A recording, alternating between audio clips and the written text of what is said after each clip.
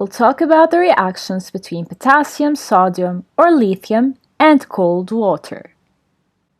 They are very vigorous reactions, but come less violent in the order potassium, sodium, than lithium. So these reactions that occur between potassium plus cold water, sodium plus cold water, and lithium plus cold water are very strong.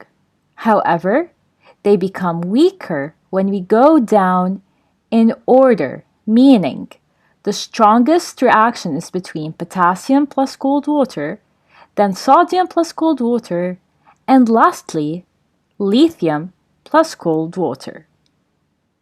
This equation is used for these three metals.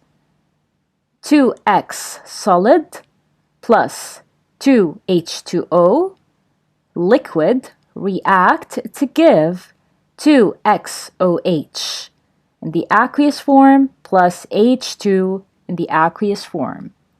The X represents either K, which is potassium, and A, which is sodium, or Li, which is lithium.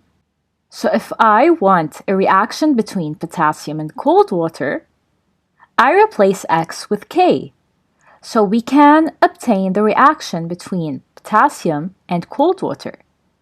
But if I want sodium, I replace X with sodium. And if I want lithium, I replace X with lithium.